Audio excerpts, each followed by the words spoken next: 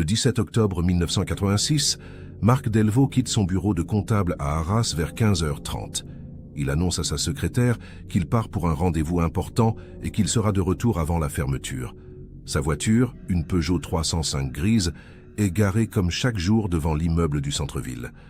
Marc Delvaux ne reviendra jamais. Aucun témoin ne l'a vu monter dans son véhicule. Aucun collègue ne connaît l'identité de la personne qu'il devait rencontrer ce jour-là. Le lendemain matin, sa voiture est toujours stationnée au même endroit. Pendant des mois, les enquêteurs reconstituent les dernières heures de Marc Delvaux sans parvenir à comprendre où il est allé ni pourquoi il a disparu. Les proches décrivent un homme discret, sans histoire, qui menait une vie rangée entre son travail et sa famille. Rien dans son comportement récent ne laissait présager une fuite volontaire. Pourtant, Marc Delvaux s'est volatilisé comme si la terre l'avait avalé. Les recherches s'enlisent rapidement dans des hypothèses contradictoires et des pistes qui ne mènent nulle part. 25 ans plus tard, en 2011, une employée administrative révise par erreur un dossier financier ancien. Elle tombe sur une transaction bancaire datée du 18 octobre 1986, le lendemain de la disparition. Le montant est modeste, mais l'opération porte un code inhabituel. Cette anomalie, enfouie dans des milliers de pages d'archives, ravive l'enquête. Ce qu'elle révèle change tout. Et surtout, elle enterre définitivement toute chance de savoir ce qui s'est réellement passé ce jour d'octobre. Avant de continuer, une question nous intrigue. De quelle ville nous regardez-vous en ce moment? Et quelle heure est-il chez vous? Laissez-le en commentaire, car nous adorons savoir jusqu'où voyagent ces histoires. Si vous voulez découvrir plus d'affaires mystérieuses et de disparitions inexpliquées comme celle-ci, abonnez-vous à la chaîne pour ne manquer aucun récit. Et si cette enquête vous captive déjà, laissez un like. Cela nous aide sincèrement à continuer de vous proposer ces histoires. Maintenant, revenons à ce qui s'est passé ensuite. En 1986, Arras est une ville de province tranquille, où tout le monde se connaît, du moins dans les milieux professionnels du centre-ville. Marc Delvaux, 42 ans, y exerce depuis 15 ans comme comptable dans un cabinet modeste mais réputé. Il s'occupe principalement de petites entreprises locales et de quelques particuliers fortunés. Son métier exige discrétion et rigueur. Marc Delvaux incarne ces deux qualités. Il vit avec sa femme Élise et leurs 2 enfants dans une maison pavillonnaire de la périphérie. Rien ne distingue cette famille des autres.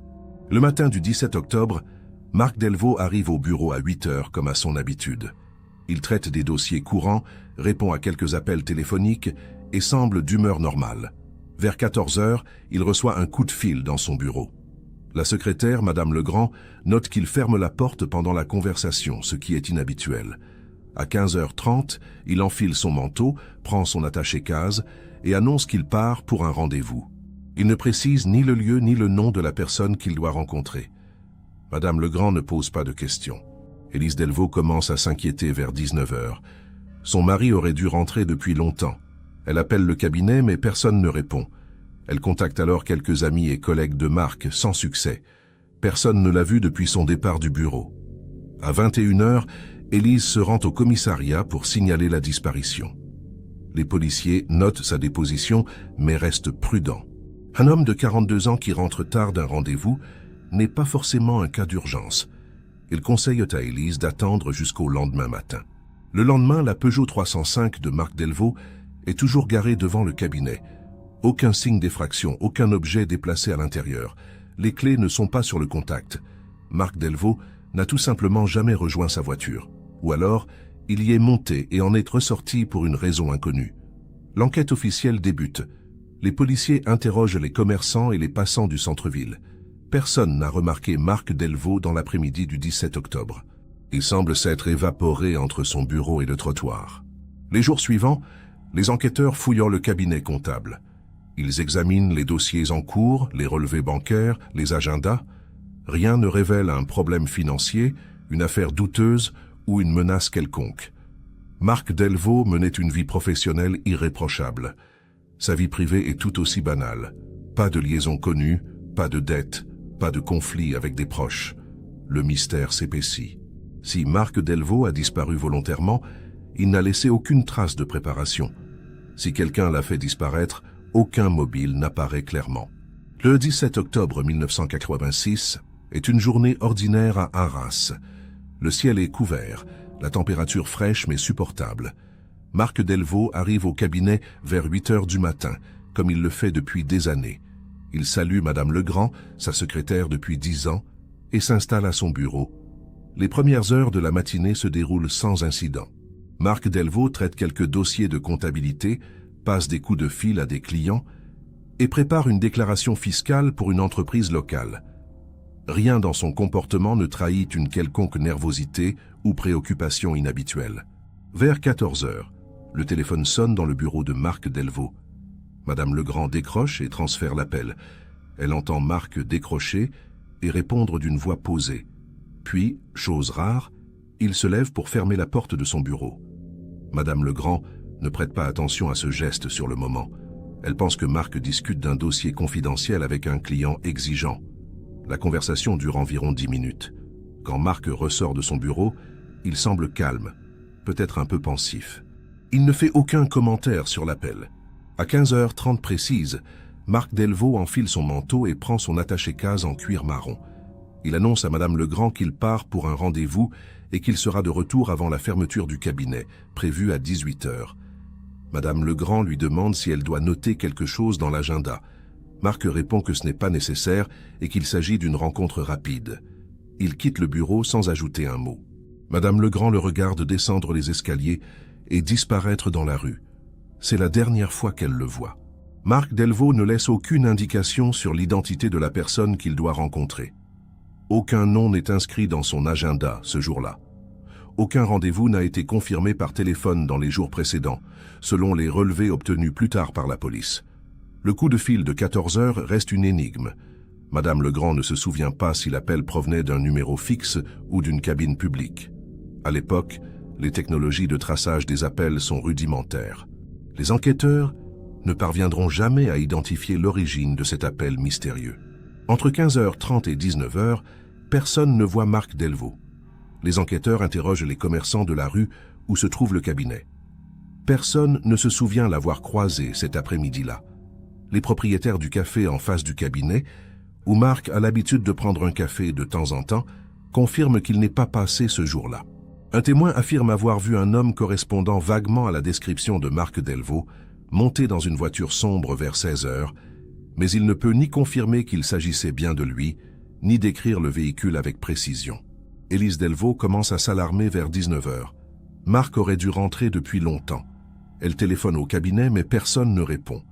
Madame Legrand est partie à 18h, après avoir fermé les bureaux. Élise appelle alors quelques collègues de Marc et des amis proches. Personne ne sait où il se trouve. Elle essaie de se rassurer en se disant qu'il a peut-être eu un empêchement ou que sa voiture est tombée en panne. Mais à 21h, l'inquiétude prend le dessus. Élise se rend au commissariat pour signaler la disparition de son mari. Les policiers qui reçoivent Élise Delvaux ce soir-là notent sa déposition avec attention, mais sans vraiment s'alarmer. Un homme adulte qui rentre tard après un rendez-vous professionnel n'est pas inhabituel. Ils demandent à Élise de fournir une description précise de Marc, une photo récente, et des informations sur ses habitudes. Élise répond de son mieux, mais elle est bouleversée et a du mal à se concentrer. Les policiers lui conseillent de rentrer chez elle et de les rappeler si Marc n'est toujours pas revenu le lendemain matin. Ils promettent de lancer des recherches dès que possible. Le lendemain matin, 18 octobre, Marc Delvaux n'est toujours pas rentré. Élise retourne au commissariat, cette fois accompagnée de son frère. Les policiers prennent l'affaire plus au sérieux. Ils se rendent immédiatement au cabinet comptable. La Peugeot 305 de Marc est toujours garée au même endroit, devant l'immeuble. Les portes sont verrouillées, aucun signe d'effraction. L'intérieur de la voiture est en ordre, aucun objet suspect, aucune trace de lutte. Les clés ne sont pas sur le contact. Marc Delvaux n'a manifestement jamais atteint sa voiture après avoir quitté le bureau. Ou alors il y est monté brièvement avant de repartir ailleurs. Madame Legrand est interrogée dès son arrivée au cabinet. Elle raconte la journée du 17 octobre dans les moindres détails. Elle confirme que Marc semblait normal, peut-être un peu distrait après le coup de fil de 14 heures, mais rien d'alarmant. Elle insiste sur le fait qu'elle ne connaît pas l'identité de la personne qui a appelé, ni la raison du rendez-vous de Marc. Les enquêteurs fouillent le bureau de Marc Delvaux. Ils trouvent des dossiers bien rangés, Des factures en attente, un agenda presque vide. Rien ne suggère un problème imminent, une menace ou un conflit quelconque. Les premières 24 heures de l'enquête se concentrent sur les alentours du cabinet. Les policiers interrogent les passants, les employés des magasins voisins, les habitants des immeubles environnants. Personne n'a rien remarqué de particulier. Marc Delvaux semble avoir disparu sans laisser la moindre trace. Les enquêteurs commencent à envisager plusieurs hypothèses. Une fuite volontaire, bien que rien dans la vie de Marc ne la justifie. Un enlèvement. Mais aucune demande de rançon ne parvient à la famille. Un accident peut-être, mais aucun corps n'est retrouvé dans les environs. Le mystère est total. Dans les jours qui suivent, les recherches s'intensifient. Des chiens policiers sont déployés dans les environs du cabinet et dans les zones boisées autour d'Arras. Aucune piste olfactive n'est détectée. Les plongeurs fouillent les canaux et les rivières de la région. Rien. Les enquêteurs élargissent leurs recherches aux villes voisines, Lille, Laon, Béthune. Aucun témoignage crédible ne remonte. Marc Delvaux semble s'être volatilisé dans les airs. La famille, dévastée, lance des appels à témoins dans les journaux locaux. Des centaines de personnes appellent, mais aucune information ne fait avancer l'enquête. Le dossier commence à s'enliser. Les enquêteurs chargés de l'affaire Delvaux se concentrent d'abord sur l'entourage immédiat de Marc. Élise Delvaux est interrogée à plusieurs reprises. Elle répète inlassablement la même version des faits. Marc et elle formaient un couple stable, sans conflit majeur. Ils avaient des projets pour l'avenir, notamment l'achat d'une maison plus grande. Marc adorait ses enfants et consacrait ses week-ends à sa famille.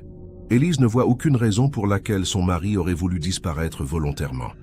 Les enquêteurs vérifient ces déclarations en interrogeant des amis proches et des voisins. Tous confirment que le couple Delvaux semblait heureux. Les collègues de Marc sont également passés au crible. Le cabinet comptable où il travaillait emploie 5 personnes, y compris Madame Legrand.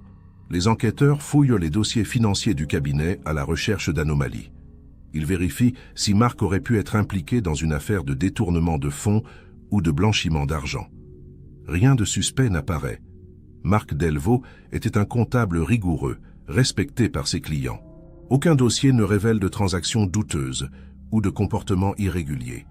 Les comptes du cabinet sont en ordre. Marc ne semblait avoir aucun problème professionnel.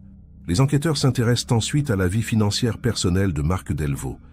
Ils examinent ses relevés bancaires, ses déclarations de revenus, ses éventuelles dettes. Marc menait une vie modeste, sans dépenses excessives.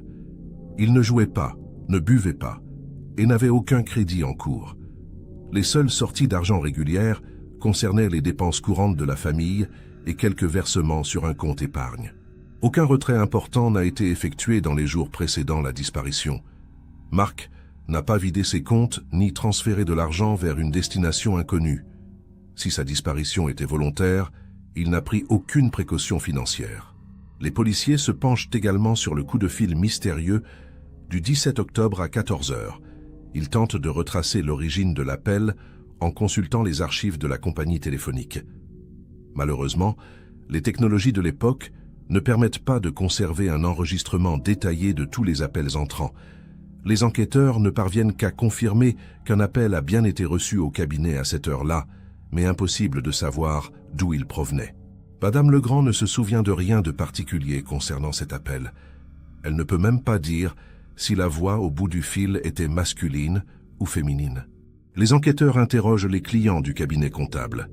Ils cherchent à savoir si l'un d'entre eux aurait pu avoir un différend avec Marc Delvaux ou aurait pu vouloir lui nuire. Les clients interrogés décrivent tous Marc comme un homme compétent, honnête et discret. Aucun d'entre eux n'a de raison de lui en vouloir. Certains clients mentionnent que Marc leur avait parlé de problèmes administratifs récents avec l'administration fiscale, mais rien de grave. Il s'agissait de simples erreurs de déclaration, rapidement corrigées. Aucun client ne se souvient avoir pris rendez-vous avec Marc le 17 octobre. Les enquêteurs élargissent alors leurs recherches en dehors d'Arras. Ils contactent les commissariats des villes voisines pour savoir si un homme correspondant au signalement de Marc Delvaux a été vu ou arrêté. Aucun résultat. Ils vérifient les registres des hôpitaux, des morgues et des centres d'accueil pour sans-abri. Rien. Marc Delvaux semble avoir disparu sans laisser la moindre trace dans le système administratif ou judiciaire. Les policiers commencent à envisager que Mark ait pu quitter la région, voire le pays. Mais aucun indice ne vient étayer cette hypothèse. Son passeport est resté chez lui et aucun billet de train ou d'avion n'a été acheté à son nom. L'enquête piétine rapidement. Les policiers manquent de pistes concrètes. Ils explorent l'hypothèse d'un enlèvement crapuleux, mais aucune demande de rançon n'est formulée. Ils envisagent un règlement de compte, mais Mark n'avait aucun ennemi connu.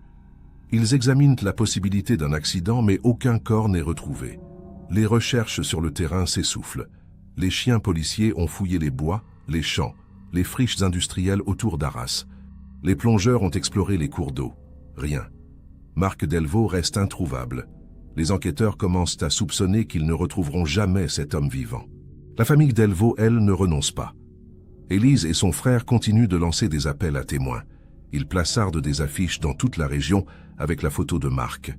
Ils contactent les médias locaux pour relancer l'affaire. Plusieurs journaux publient des articles sur la disparition de Mark Delvaux. Quelques témoignages remontent, mais la plupart se révèlent inutiles. Un homme prétend avoir vu Mark Delvaux dans un bar à Lille 3 jours après sa disparition. Mais son témoignage est incohérent et ne peut être vérifié. Une femme affirme avoir croisé Mark dans une gare à Paris, mais elle se trompe manifestement de personne. Les mois passent. L'enquête ralentit puis s'arrête presque complètement. Les policiers n'ont plus de pistes à explorer. Le dossier reste ouvert, mais aucune nouvelle investigation n'est menée. Élise Delvaux doit affronter une réalité cruelle. Son mari a disparu sans explication et elle ne saura probablement jamais ce qui lui est arrivé. Elle doit continuer à vivre, élever ses enfants et essayer de tourner la page. Mais comment tourner la page quand on ne sait même pas si la personne qu'on aime est vivante ou morte? Les enfants grandissent en portant le poids de cette absence inexpliquée. La vie de la famille Delvaux bascule dans une incertitude douloureuse. En 1987, soit 1 an après la disparition, les enquêteurs décident de classer le dossier sans suite. Aucun élément nouveau n'est apparu. Mark Delvaux est officiellement porté disparu, mais aucune hypothèse n'est privilégiée. L'affaire sombre peu à peu dans l'oubli. Élise Delvaux continue de vivre dans l'espoir que son mari réapparaîtra un jour, mais cet espoir s'amenuise avec le temps. Les années passent, la vie reprend son cours. Mais le mystère de la disparition de Mark Delvaux demeure intact, comme une plaie qui ne se referme jamais complètement. Personne ne sait ce qui s'est passé ce 17 octobre 1986. Dès les premières semaines de l'enquête, plusieurs pistes émergent, mais se révèlent rapidement sans issue.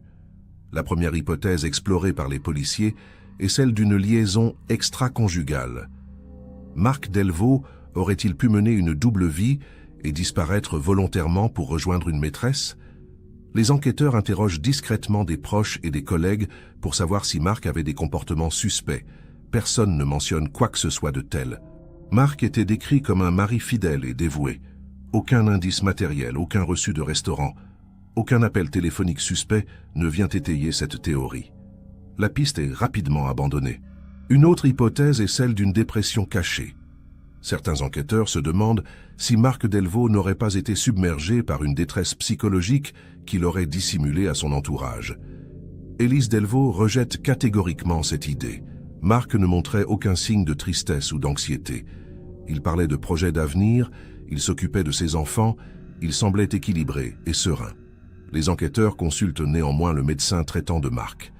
Celui-ci confirme que Mark n'avait aucun antécédent de dépression et ne prenait aucun médicament psychotrope. Cette piste aussi s'évanouit, faute de preuves tangibles. Les enquêteurs envisagent ensuite l'hypothèse d'un enlèvement crapuleux. Mark Delvaux aurait-il pu être la cible d'un kidnapping?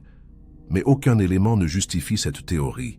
Mark n'était pas riche, il ne gérait pas de grosses sommes d'argent. Aucune demande de rançon n'a jamais été formulée. Si quelqu'un avait enlevé Mark Delvaux dans l'espoir d'obtenir de l'argent, pourquoi ne pas avoir contacté la famille? Les policiers examinent les registres des appels téléphoniques reçus par Élise Delvaux dans les semaines suivant la disparition. Aucun appel suspect n'est enregistré. L'hypothèse de l'enlèvement est écartée. Une autre piste concerne un possible règlement de compte lié à l'activité professionnelle de Mark. Les enquêteurs se demandent si Mark aurait pu être témoin d'une irrégularité comptable ou d'une fraude financière impliquant un de ses clients. Aurait-il été éliminé pour l'empêcher de parler?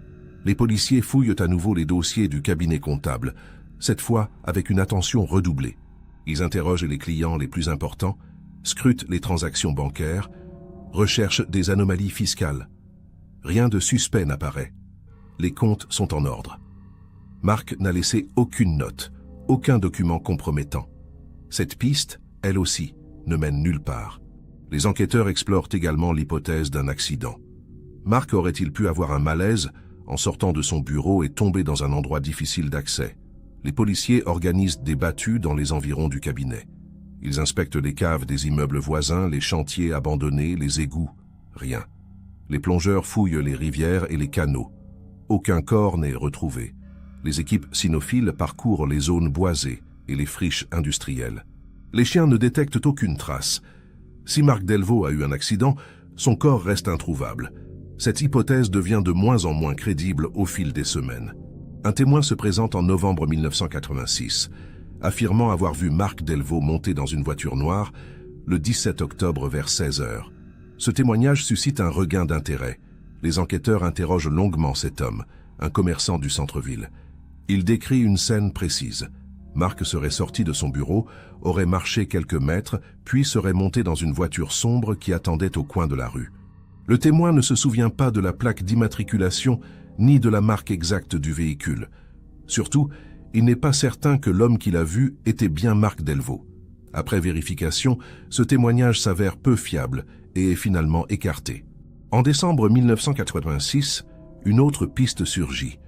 Une femme appelle le commissariat pour signaler qu'elle a croisé un homme ressemblant à Marc Delvaux dans une gare à Bruxelles. Elle affirme que cet homme portait un manteau sombre et semblait pressé. Les enquêteurs se rendent en Belgique pour vérifier cette information. Ils consultent les registres des hôtels de la ville, interrogent les employés de la gare. Aucune trace de Marc Delvaux. La femme, confrontée à des photos plus précises, finit par admettre qu'elle n'est pas certaine de son identification. Cette piste est également abandonnée. L'espoir retombe. Les fausses pistes se multiplient. Un sans-abri à Paris prétend être Marc Delvaux. Il est rapidement identifié comme un imposteur cherchant à attirer l'attention. Une lettre anonyme arrive au commissariat d'Arras affirmant que Marc Delvaux a été vu dans le sud de la France. Les policiers enquêtent, mais la lettre se révèle être une mystification. Chaque nouvelle information suscite l'espoir de la famille, puis l'espoir se brise. Élise Delvaux vit dans un cycle épuisant de montées d'espoir et de déception. Elle ne sait plus à quoi se raccrocher. Les enfants, eux, cessent peu à peu de poser des questions sur leur père. Les enquêteurs explorent même des hypothèses plus sombres. Marc aurait-il pu être victime d'un tueur en série? À l'époque, plusieurs disparitions inexpliquées ont lieu en France, notamment dans le nord du pays. Les policiers comparent les circonstances de ces affaires avec celles de Marc Delvaux. Aucun lien n'apparaît. Marc ne correspond pas au profil des autres victimes.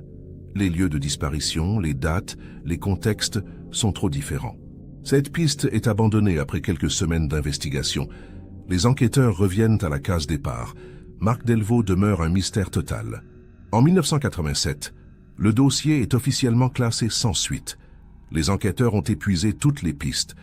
Aucune preuve, aucun témoignage crédible, aucun indice tangible n'a permis de faire avancer l'affaire. Marc Delvaux est porté disparu, mais personne ne sait s'il est vivant ou mort. Élise Delvaux, elle, refuse de perdre espoir. Elle continue de croire que son mari reviendra un jour, qu'il y a une explication logique à tout cela. Mais au fond d'elle-même, elle commence à accepter l'idée qu'elle ne saura peut-être jamais la vérité. Les années passent. L'affaire Delvaux sombre dans l'oubli. 25 ans plus tard, en 2011, l'affaire Marc Delvaux refait surface de manière totalement inattendue. Une employée administrative d'une banque régionale, Madame Caroline Ferrand, est chargée de réviser d'anciens dossiers financiers dans le cadre d'une mise à jour informatique. Il s'agit d'un travail fastidieux consistant à numériser des milliers de transactions effectuées entre 1980 et 1990. Caroline Ferrand passe des semaines entières à scanner des documents, à vérifier des codes, à corriger des erreurs de saisie. C'est un travail répétitif et ennuyeux.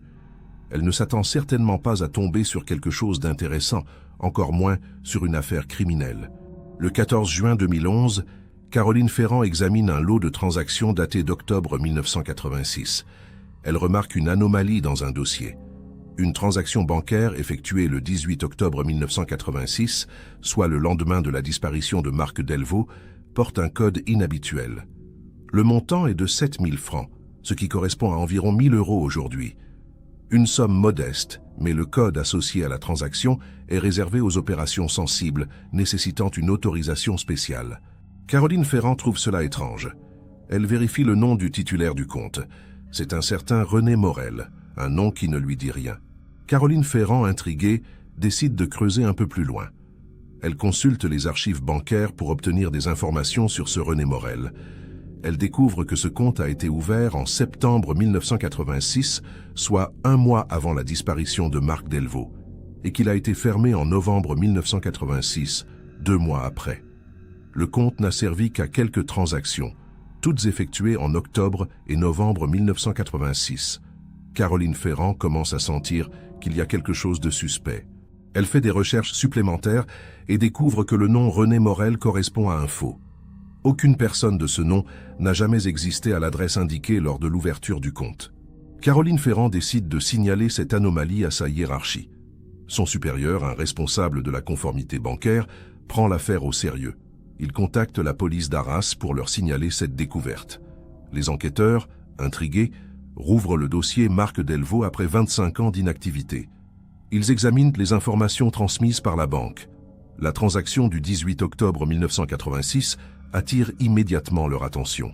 Ce jour-là, 7 000 francs ont été transférés du compte de René Morel vers un autre compte, lui aussi anonyme et fermé peu après. L'opération a été effectuée en liquide, sans laisser de traces papier clair. Les enquêteurs fouillent les archives bancaires pour tenter de reconstituer le parcours de cet argent. Ils découvrent que le compte bénéficiaire appartenait à une société écran enregistrée au Luxembourg. Cette société a été dissoute en 1987 et aucun document permettant de remonter au véritable propriétaire n'a été conservé. Les enquêteurs contactent les autorités luxembourgeoises, mais les archives de l'époque sont incomplètes. Impossible de savoir qui se cachait derrière cette société. La piste de l'argent se perd dans un labyrinthe de comptes et de sociétés fantômes. C'est une impasse, mais une impasse révélatrice. Les enquêteurs se demandent alors si Marc Delvaux aurait pu être impliqué dans cette transaction. Était-il au courant de l'existence de ce compte René Morel? Était-il complice d'une opération financière douteuse? Ou, au contraire, était-il sur le point de découvrir quelque chose qu'il n'aurait pas dû savoir?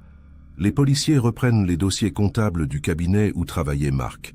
Ils vérifient si l'un de ses clients aurait pu être lié à cette société luxembourgeoise. Après des semaines de recherche, ils trouvent un lien ténu. Un des clients du cabinet avait des intérêts au Luxembourg, mais ce lien est trop fragile pour être probant. Les enquêteurs interrogent à nouveau Élise Delvaux, maintenant âgée de 67 ans. Elle est bouleversée d'apprendre que l'affaire de son mari refait surface après tant d'années. Elle affirme n'avoir jamais entendu parler de René Morel, ni d'une quelconque transaction suspecte. Marc ne lui parlait que rarement de ses affaires professionnelles, surtout quand il s'agissait de détails techniques. Élise Delvaux ne peut fournir aucune information nouvelle. Elle répète ce qu'elle a toujours dit. Marc était un homme honnête, discret, qui n'aurait jamais trempé dans une affaire louche, mais les faits semblent contredire cette image. Les enquêteurs tentent de retrouver les autres personnes qui travaillaient au cabinet en 1986. Madame Legrand, la secrétaire, est décédée en 2003. 2 autres employés ont quitté la région et sont difficiles à localiser. Un seul collègue de Marc, aujourd'hui retraité, accepte de parler. Il se souvient vaguement de Marc Delvaux, mais il ne peut fournir aucune information utile. Il confirme que Marc était un homme discret et rigoureux, mais il ne se rappelle d'aucun événement particulier en octobre 1986. Les enquêteurs se retrouvent à nouveau dans une impasse. La découverte de la transaction suspecte relance l'affaire, mais ne permet pas de résoudre le mystère. Les médias s'emparent de l'affaire en 2011. Plusieurs journaux publient des articles sur la réouverture de l'enquête après 25 ans. La disparition de Marc Delvaux, qui avait été oublié, redevient un sujet de conversation. Des émissions télévisées consacrées aux affaires non résolues s'intéressent au cas. Des journalistes tentent de reconstituer les événements d'octobre 1986. Mais malgré cette couverture médiatique, aucun nouveau témoin ne se manifeste. Aucun élément nouveau ne permet de faire avancer l'enquête. La transaction bancaire suspecte reste une énigme. personne ne sait ce qu'elle signifie, ni quel rôle Marc Delvaux a pu jouer dans cette affaire. L'enquête s'enlise à nouveau en 2012. Les policiers n'ont pas les moyens de poursuivre des investigations complexes sur une affaire vieille de 26 ans. Les pistes sont froides, les témoins sont décédés ou injoignables, les archives sont incomplètes. La découverte de la transaction bancaire a soulevé plus de questions qu'elle n'a apporté de réponses. Marc Delvaux était-il victime d'un règlement de compte lié à cette affaire financière? Était-il complice? Ou était-il simplement au mauvais endroit au mauvais moment? Personne ne le sait. Le dossier est à nouveau classé, cette fois avec une mention spéciale. L'affaire reste officiellement non résolue. La découverte de la transaction bancaire en 2011 change radicalement la perception de l'affaire Marc Delvaux. Pendant 25 ans, la famille et les enquêteurs avaient imaginé que Marc avait été victime d'un accident, d'un enlèvement, ou qu'il avait disparu volontairement pour des raisons personnelles. Mais cette transaction suspecte effectuée le lendemain de sa disparition suggère une toute autre explication. Marc Delvaux aurait-il été mêlé de gré ou de force à une affaire financière illégale? Cette hypothèse bouleverse tout ce que l'on croyait savoir sur cet homme discret et rangé. Les enquêteurs tentent de reconstituer les événements à partir de cette nouvelle donnée. Ils imaginent plusieurs scénarios. Premier scénario. Marc Delvaux découvre par hasard une transaction suspecte impliquant un de ses clients. Il décide d'enquêter discrètement. Le coup de fil du 17 octobre à 14 h pourrait être une convocation de la part de personnes impliquées dans cette affaire. Marc se rend au rendez-vous, pensant pouvoir clarifier la situation. Mais il est éliminé pour l'empêcher de parler. Son corps est dissimulé dans un endroit où il ne sera jamais retrouvé. La transaction du 18 octobre serait alors une opération de nettoyage financier. Deuxième scénario. Marc Delvaux était complice d'une fraude financière. Il gérait des fonds illégaux pour le compte de clients peu scrupuleux. Le 17 octobre, quelque chose tourne mal. Peut-être une dispute avec ses complices, peut-être une menace de dénonciation. Marc est éliminé et la transaction du 18 octobre sert à effacer les traces de son implication. Cette hypothèse expliquerait pourquoi Marc n'a laissé aucune trace de préparation avant sa disparition. Il ne prévoyait pas de disparaître. Il a été pris au dépourvu. Mais cette théorie contredit tout ce que l'on sait sur le caractère de Marc Delvaux. Était-il vraiment capable de mener une double vie? Troisième scénario. Marc Delvaux n'était au courant de rien. Il est victime d'un guet-apens. Quelqu'un l'appelle le 17 octobre en se faisant passer pour un client ou un contact professionnel. Marc se rend au rendez-vous sans méfiance. Il est enlevé, peut-être torturé pour obtenir des informations sur des comptes bancaires ou des dossiers sensibles. Une fois qu'il a livré les informations, il est éliminé. La transaction du 18 octobre serait alors une opération effectuée à partir des informations obtenues sous la contrainte. Cette hypothèse fait de Marc une victime innocente, mais elle ne répond pas à toutes les questions. Les enquêteurs examinent les dossiers des clients du cabinet comptable avec une attention renouvelée. Ils recherchent des liens possibles avec des affaires de fraude fiscale, de blanchiment d'argent ou de corruption. Ils découvrent que l'un des clients du cabinet, une petite entreprise de construction, a été impliqué dans un scandale financier en 1988, 2 ans après la disparition de Marc. Cette entreprise avait des liens avec des sociétés écrans au Luxembourg. Coïncidence? Les enquêteurs ne parviennent pas à établir un lien direct entre cette affaire et la disparition de Marc Delvaux, mais le soupçon demeure. Marc aurait-il pu être éliminé parce qu'il en savait trop? Élise Delvaux, confrontée à ces nouvelles révélations, refuse de croire que son mari ait pu être impliqué dans une affaire louche. Elle maintient que Marc était un homme honnête, incapable de tremper dans une fraude. Elle pense plutôt que Marc a été victime d'un complot, qu'il a été manipulé ou éliminé, parce qu'il représentait une menace pour des personnes mal intentionnées. Élise Delvaux ne veut pas que la mémoire de son mari soit ternie par des soupçons infondés. Elle exige que les enquêteurs prouvent formellement ce qu'ils avancent. Mais les preuves manquent. Tout repose sur des hypothèses fragiles et des indices incomplets. Les enfants de Marc Delvaux, aujourd'hui adultes, vivent mal cette résurgence de l'affaire. Pendant des années, ils ont essayé de faire leur deuil sans vraiment savoir ce qui était arrivé à leur père. La découverte de la transaction bancaire rouvre de vieilles blessures. Ils se demandent s'ils ont vraiment connu leur père. Était-il l'homme qu'ils croyaient ou cachait-il des secrets que personne n'a jamais découverts? Les enfants Delvaux refusent de parler aux médias.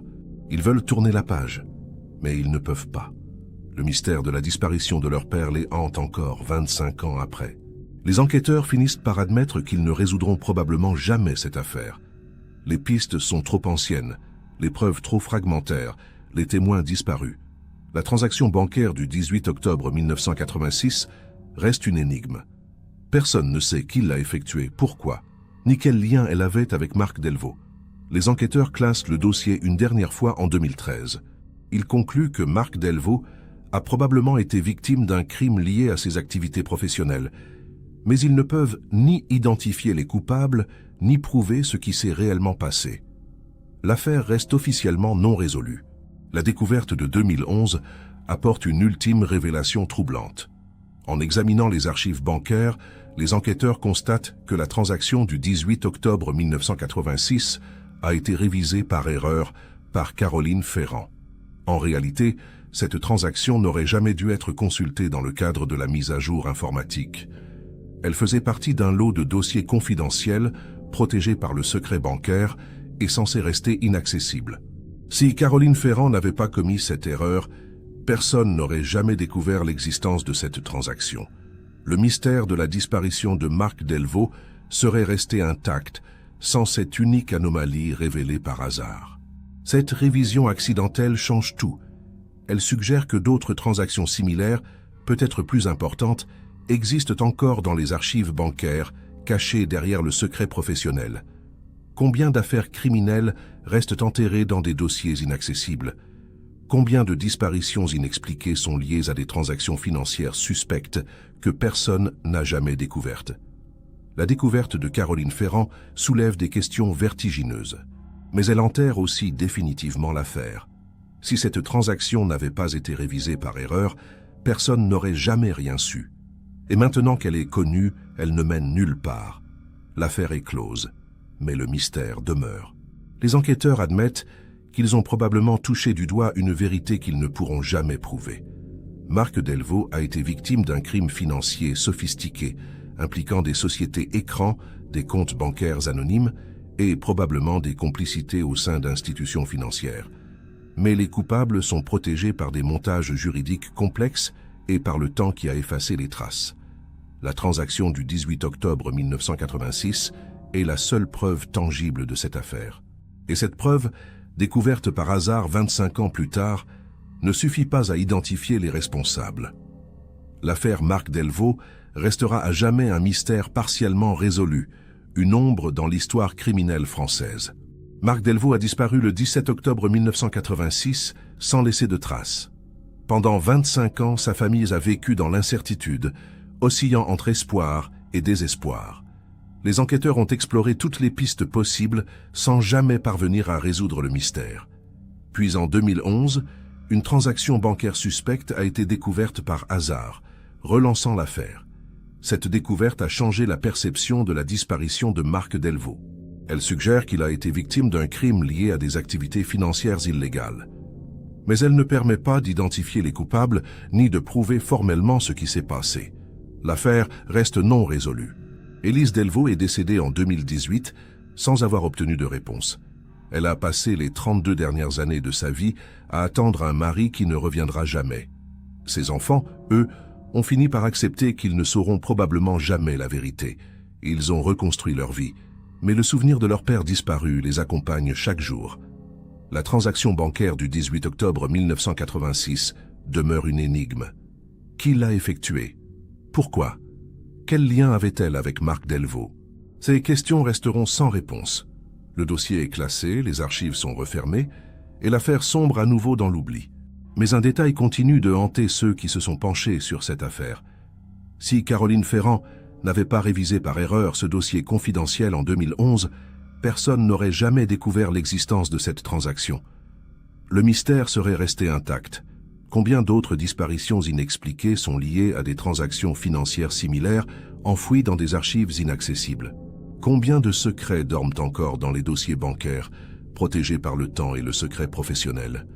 L'affaire Marc Delvaux nous rappelle que certaines vérités ne sont jamais révélées et que parfois, même quand on croit avoir trouvé une réponse, le mystère reste entier.